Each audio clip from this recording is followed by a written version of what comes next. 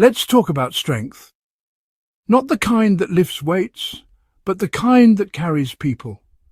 The kind that says, I've got it, even when no one asks if you're tired or if you even want to do it.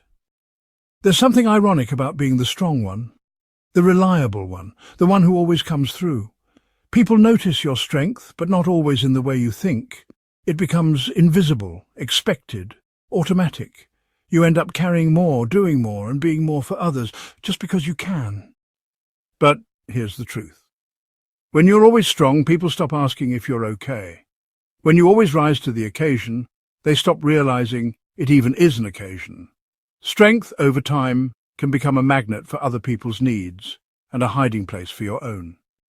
And that's where burnout begins. You start saying yes because honestly it's just easier than explaining no. Before you know it, you start carrying things that aren't even yours. You show up tired, you stay up late. You fill in the gaps over and over. And well, no one notices the cost because you never sent the bill. So how do you fix this? You learn to measure your energy. Think of it kind of like a budget. You wouldn't give away all your money just because someone asked, right? Your energy, it honestly deserves the same boundaries. Start with this. Pause before you say yes. Not every request needs an immediate answer. Ask yourself, do I have the space for this? Am I saying yes because I want to or because I feel I have to? Next, ask yourself if it's really yours to carry. Just because someone brought a problem to you doesn't mean it's your responsibility to solve it. You can be supportive without always being the solution. Let others rise. When you always step up, others never get the chance.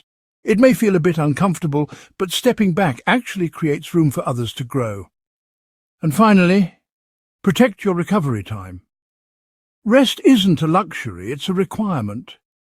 If you're constantly available, constantly solving, constantly moving, you'll burn out.